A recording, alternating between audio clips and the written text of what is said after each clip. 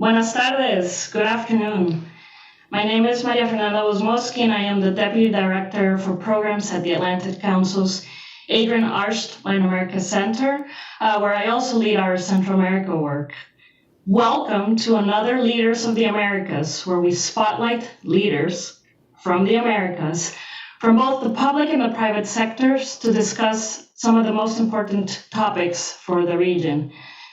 And today, we welcome Mr. José Gregorio Baquero, Chief Executive Officer of Corporación Multiinversiones Foods, CMI Foods.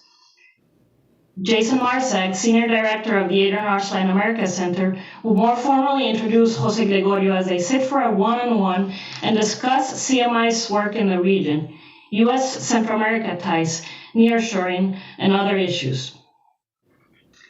The timing of this meeting is not coincidental, as it takes place on the eve of the Celebración de Independencia in 5 countries across Central America: Costa Rica, El Salvador, Honduras, Guatemala, and Nicaragua. It also takes place on the eve of the Hispanic Heritage Month in the U.S. During this Central America Week, the Center intentionally turns its attention to Central America. With this campaign, we highlight the global importance of the region. So please, if you're listening in, tuning into our event today, follow our work on Twitter at ACLatam and with the hashtag Celebrate Central America. This year, we are happy to be featuring 4 ambassadors from the region and 7 members of Congress as part of this campaign. José Gregorio, I regret that I'm not in the studio with you. Thank you for joining us as our featured speaker during this important week.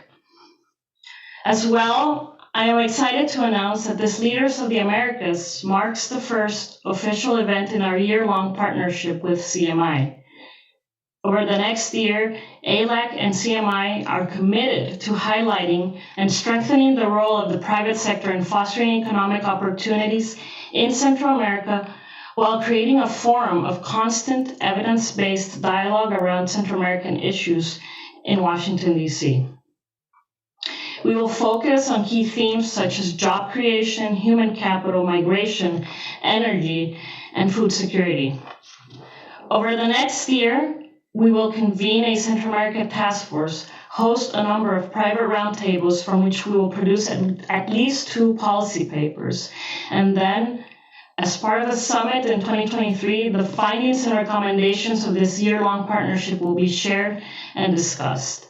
At the summit, we will also announce next steps around the implementation and follow-up of those recommendations. But with that, I'll turn it over to you, Jason, at the studio to converse with today's Leaders of the Americas, José Gregorio Baquero. Great. Thank you so much, Maria Fernanda, and welcome again, José Gregorio, to our house here in Washington, D.C. Welcome to the Atlantic Council. It's great to have you with us for our latest Leaders of the Americas conversation. José Gregorio, you bring great insight to this conversation on opportunities for greater private sector investment to enhance overall prosperity in Central America, which is a key priority for the Adrian Arsht Latin America Center and for the Atlantic Council. You've worked with CMI since 2009 as a consultant, an advisor, a member of its board of directors, and in 2018 took over as CEO of CMI Foods. And I look forward to getting into our conversation.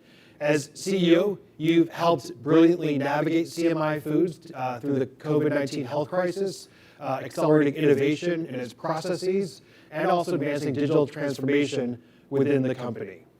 And you've also spearheaded an ambitious vision looking to 2025, anchoring food security, job creation, and economic growth to the overall strategic business plan for CMI Foods, all the while ensuring many happy customers, like myself, can eat a pollo campero. We'll get into that later as well. So we're going to start off our conversation by looking at the global effects of the company's model, then transitioning to U.S. Central America ties. We'll look at nearshoring and the role the public and private sectors could have in working together moving forward. But let's start off by sharing an overview. We were having this conversation before the event began, but an overview of the footprint of CMI, both CMI Foods and Capital in Latin America, and also how has the company grown since 2018 when you became CEO, and what has been maybe some of the nuggets of success, some of the keys to that success in the last few years? Well, Jason, first thanks to you and the Latin Council for the invitation. It's a great pleasure to be here. As Maria Fernanda said, on the eve of the independence of Central America. And I'm here not only for this meeting, but also because tomorrow we are inaugurating one of our number 85 Pollo Campero in the US. So it's a symbol of pride to be here. And we're very proud for that success of Pollo Campero. Where is that going to be located? It's in Gettysburg. Okay. And but let me first turn into CMI. Yes. So not a lot of people might know CMI. CMI first is a family-owned business. We are a multi-Latina, originated in Central America. And that has important connotation because a family-owned business. We have been here for 100 years. We were founded by Don Juan Bautista, which is the granddad of our current generation of shareholders. He was a Spanish immigrant, started with a small store in Guatemala, and from that we have been growing into what CMI is today.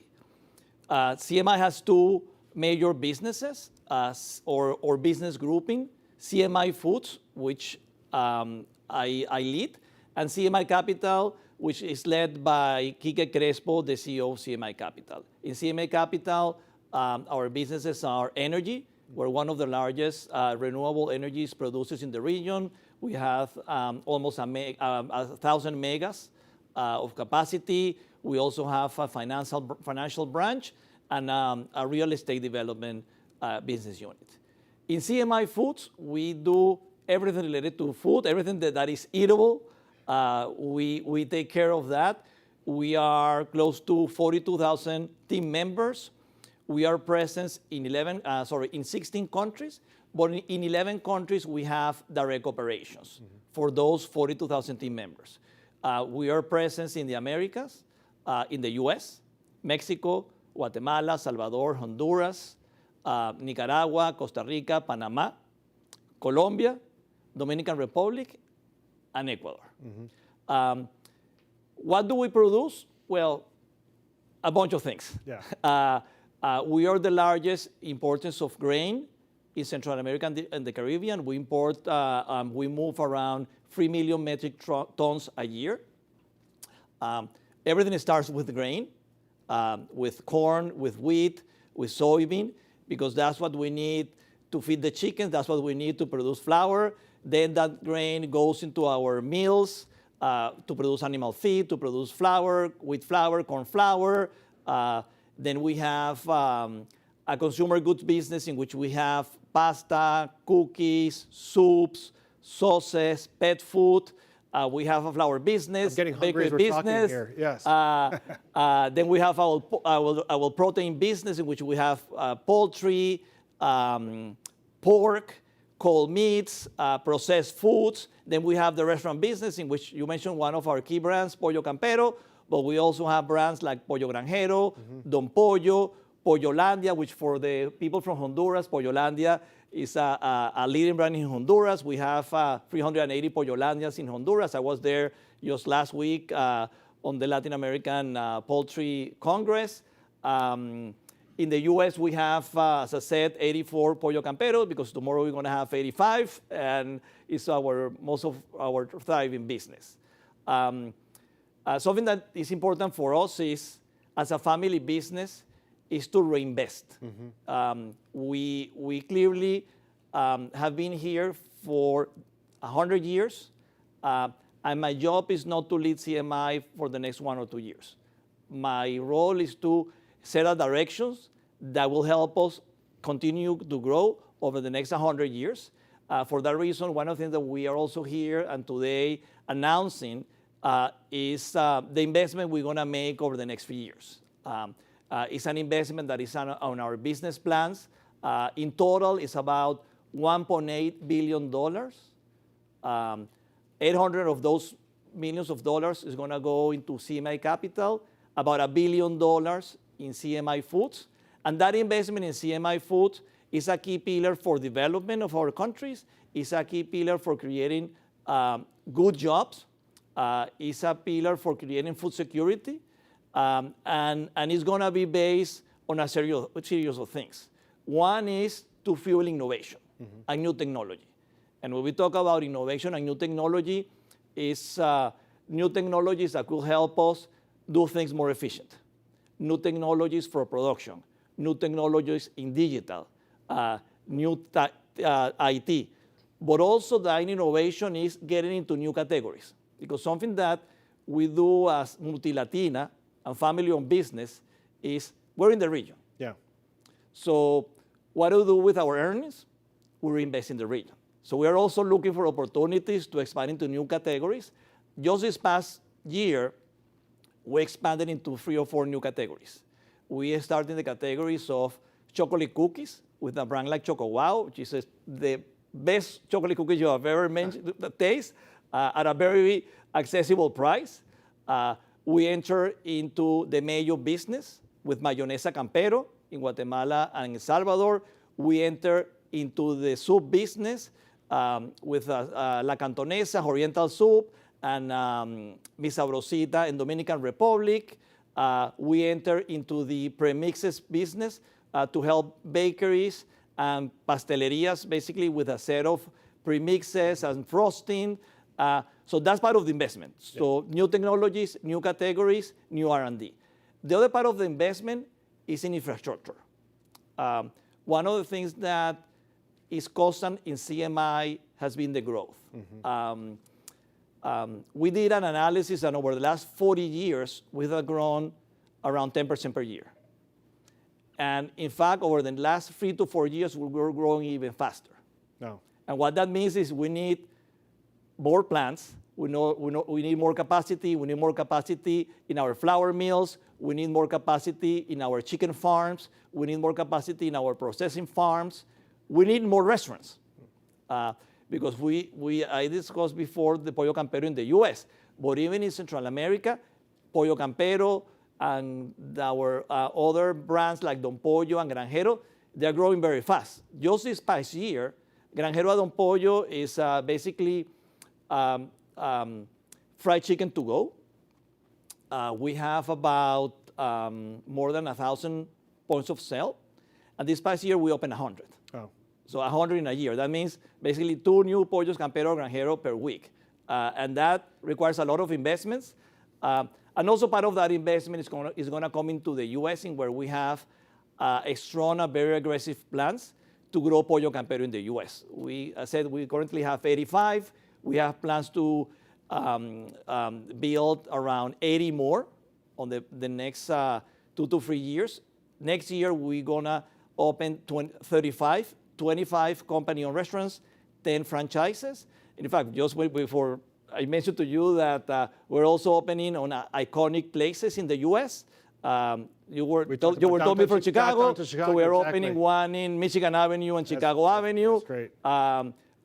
Hopefully, before Thanksgiving, we're going to be opening one in Herald Square near Macy's in New York. And it has to be before Thanksgiving because we have to be there before the parade. So for everybody going into the parade for Thanksgiving, please eat at Pollo Campero. You'll have the best chicken meal you ever have. Now, I'm going to make my road trip based on the Pollo Camperos across the United States. But let me just drill on this point, Jose Gregorio. I mean, this is impressive. I mean, this is CMI Foods, a Guatemalan-owned company, announcing today $1.8 billion in additional investment into not only the region and into the company and supporting jobs, but also that investment's also coming into the United States, given the footprint that CMI Foods has across the United States.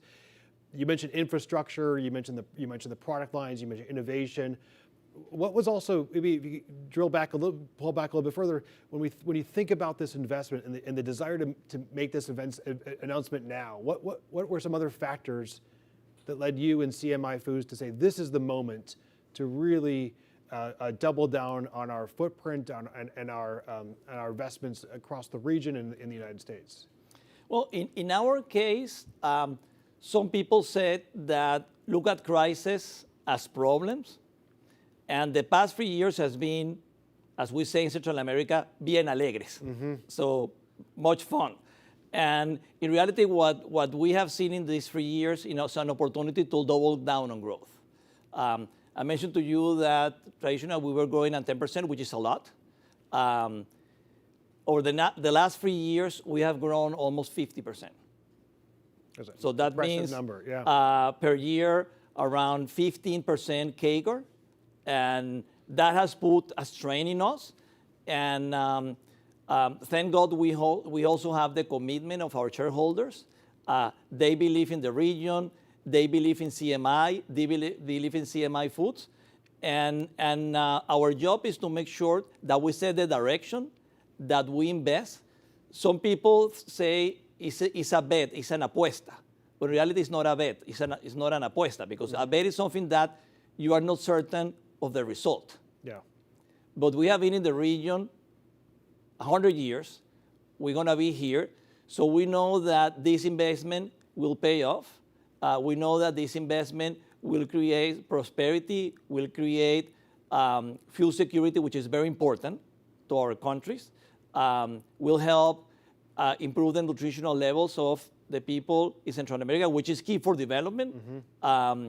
And at the end, it's what's going to help us for the next 100 years in CMI. That sounds great.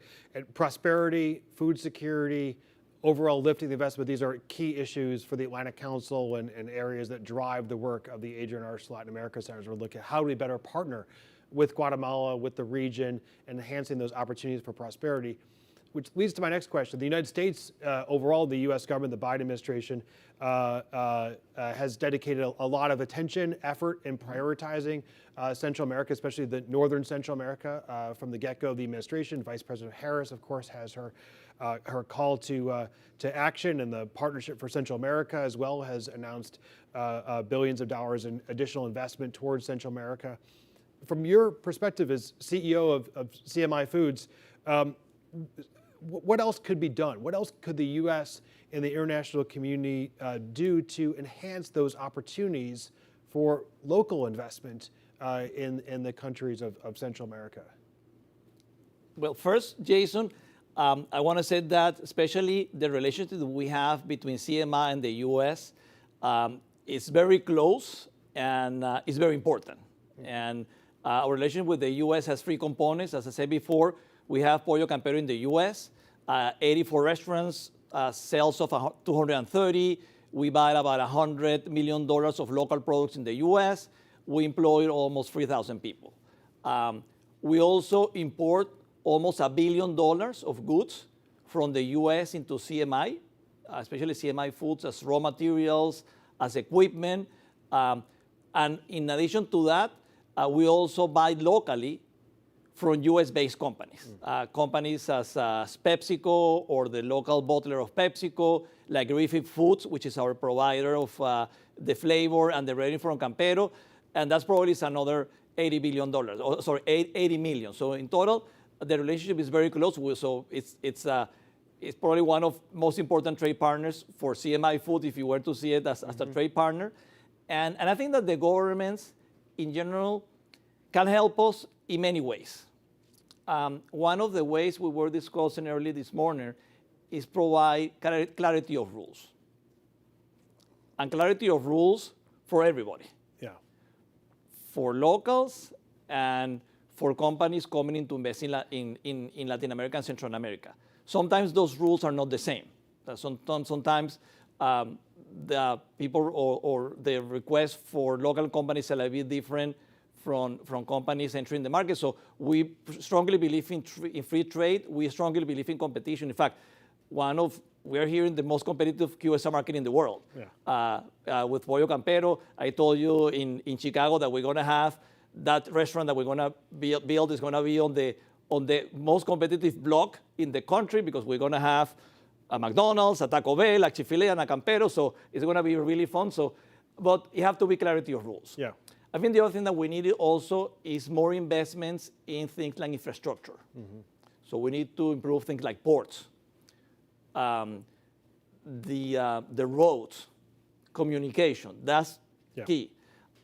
Education. So one of the opportunities that we as Latin America and Central America provide for international companies is that we have a huge percent of young people. So that huge percent of young people is an opportunity, but also a challenge. It's an opportunity because it's a young labor force. It means more consumption, it means growth, but it also means that it needs to be educated. Yeah. So something that we need is to invest in education. And even before education, we need to invest in nutrition. One of the challenges that we still have as a region is we need to have a lot of desnutrition or malnutrition, undernourishment. So we need to combat that. We are doing that at CMI Foods. We have programs. We have programs with La Fundación Juan Bautista Gutiérrez, but there's much more that needs to be done, and it cannot be done alone by the governments. It cannot be done alone by the private companies. It have to be done in conjunction. It have to be a partnership because the challenges are tremendous, but they can be done and they can be overcome. And as you're talking, this all goes into the equation about nearshoring too, right? There's Correct. so much conversation right now because of the COVID crisis, because of trade conflicts, supply chain disruptions, about bringing greater production closer to home and greater production to the Western Hemisphere. Yeah. And nearshoring, I think, is a great opportunity. It's a great opportunity for countries like the U.S. It's a great opportunity for countries like ours in Central America for many reasons. For the U.S., it's the opportunity to have production close to home. And it's also the opportunity to have, let's say, and I don't want to, production in countries which are closer and friendly to home. We have the same belief.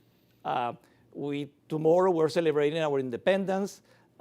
We are believers of democracy, and that basically have a strong ties to the U.S. Common shared values. Common shared values. We have the Western values, and it's easy to understand ourselves. So that's an opportunity for the U.S. and also for Central America. It's an opportunity to have a market there, to have new developments, but also for that new nearshoring, which is an opportunity that's beginning to emerge. We also need not only the investments for companies, but also from governments in that clarity of rules, in infrastructure. So we have things like we need to improve, for example, our ports. So we need to improve port facilities. The capacity in ports is not sufficient. And again, for that, we need to have partnership between the private sector and the government to do that investments, to do those investments, not thinking on the next government term. Yes. Thinking on the next 15, 20 years. Because when you ask me about the investment on CMI, why do the CMI shareholders are willing to invest? Because they're thinking long term. Yeah. If you think of the next 2 years, you probably will never invest. Yeah. But you're thinking about the next 10, 15, 20 years, that's basically the time frame you need to have to do those investments. And Jose Gregorio, from your perspective at CMI Foods, when we think about nearshoring, it's an incredible opportunity to advance formal job creation, Correct. advance opportunities for broader economic prosperity in the region, Guatemala, Honduras, but the broader region writ large.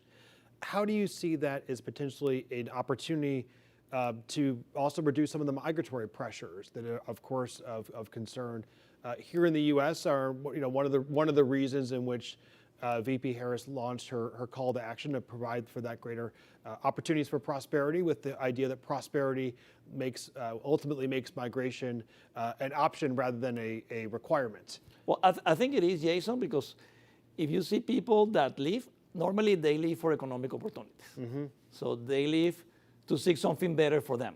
Yeah. And one of the ways I would say stop, but basically to tackle that issue is to create those jobs. I think nearshoring is one way, but I think the other way is also the type of investments that we are doing in CMI, the announcement that we're making. Just to give you an example, I said that in CMI Foods we are 40,000 team members. We have about 10 of those team members between Ecuador and Panama. We have about 30,000, a little bit more in Central America. in Central America, over the last year, we created about 2,500 jobs. Okay. So 2,500 jobs in 1 year. And those jobs are good paying jobs, are stable jobs, are jobs with a company like us that as a family-owned company, we strive for the wellness of our team members, of our employees, that we provide benefits, and that's the kind of actions that will ensure prosperity, and at the end will help to tackle that issue of immigration, which is an issue for everybody. It's an issue for the U.S., but it's also an issue for Central America because we're also losing our labor force. Yeah, yeah. I always say some of the best workers, the most motivated workers, are the ones who often end up leaving because they're motivated always to improve their lives, and those are. And one of the things also is that a lot of the people that come here are really high. The work standard is incredible. Mm-hmm. So as people that come here, they're willing to sacrifice, they work long hours, they are loyal, they have great values, and we want to keep them. Yeah, exactly the kind of employees that the CMI Food wants back home. Now, I was looking at our upcoming work together that we're also incredibly excited about and excited for all the apoyo of CMI Foods.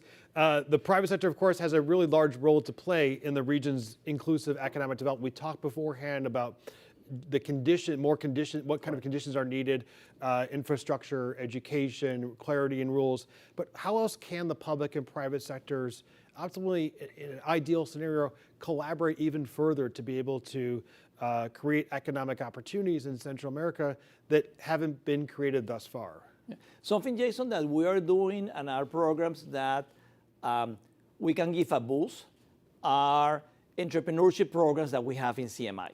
Mm-hmm. So we have several of those programs in which we create opportunities within CMI Foods for small entrepreneurs. Let me give you an example. We have something called Casas del Pollo Rey, which are small franchises that they sell chicken. They sell refrigerated chicken. They also sell cold cuts.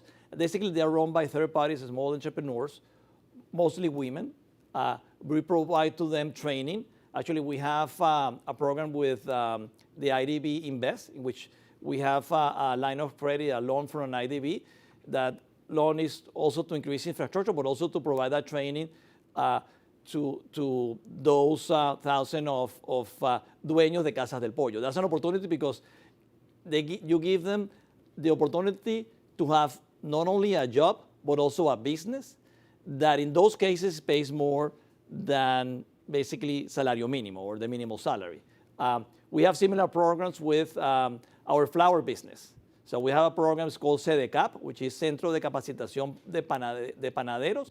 We have trained more than 160,000 future entrepreneurs of bakeries. So that's something that we're doing as a private sector, but more could be done. For example, more could be done, for example, if some of these entrepreneurs have access to credit, because some of the issues that they have is they want to do it, we can provide some credit, but at the end, we're not a bank. Right, right. So if we can find a way to provide more credit to these people, they're hard job or hardworking, they're motivated, we can train them, they probably need more access to capital. Yeah. And those are examples of things that we're doing, but we could do more. Yeah, and there's probably opportunities for government to be able to provide additional incentives, additional training and additional kind of opportunities for access that kind of builds off of the work that a company like CMI is doing in that. And one of those examples, as I mentioned, is that partnership that we have with the IDB, because that's a partnership in which they have provided some knowledge, of course, the funding, and we have applied that knowledge and funding into how can we train those entrepreneurs, those owners of Casa del Pollo, to be better empresarios, better businesswomen. And something that's important, as I mentioned before, most of those owners of Casa del Pollo, they're women. So it has a dual role. So creating new jobs, creating new entrepreneurs, but also helping basically raise the development of women in our countries. And that's been one of the areas of focus here at the Atlantic Council as well, as we've been looking at kind of how to rebuild from the COVID pandemic, as prioritize the importance of small and medium-sized enterprise growth, and especially women-led businesses is really being the key to the future of the region. Jose Gregorio, as I'm looking to my next few months, I have a few additional things on the agenda. I'm going to change my plans tomorrow for the Pollo Campero opening here in the DC area. Then we got Chicago, Herald Square in New York, so a lot of excitement. But I'm particularly excited about the work that we'll be doing from the Atlantic Council, working with you and CMI Foods over the course of the next year to really raise these issues of importance and raise also the role of a Guatemalan-owned business, a business like CMI Foods, CMI Capital, that's investing not just in your announcement today of the $1.8 billion investment, investing not just in your own country, but also investing here in the United States as well and creating jobs here across the United States. So we look forward to working together and creating more opportunities for economic prosperity in Guatemala and in the Central America region writ large. So thank you all very much for joining us today. For this episode of Leaders of the Americas. It's been my real pleasure to have this conversation with the CEO of CMI Foods, José Gregorio Baquero. Thank you so much for joining us today. Thanks, Jason, to you and the Atlantic Council for the opportunity, and looking forward to seeing you in one of our Pollo Camperos. But remember that CMI Foods is more than Pollo Campero. You can basically have breakfast with pancakes done by gold medal pancake mix. You can have lunch in Pollo Campero, then you can have dinner with a good chicken, either Pollo Rey or Pollo Indio, Mr. Pollo, with pastaina or pasta bruni, and putting a little bit of Campero ketchup. Perfect. On that pasta. My day is now complete. My menu is set for the next few days. Thank you so much for joining us today. Jason. Thank you very much.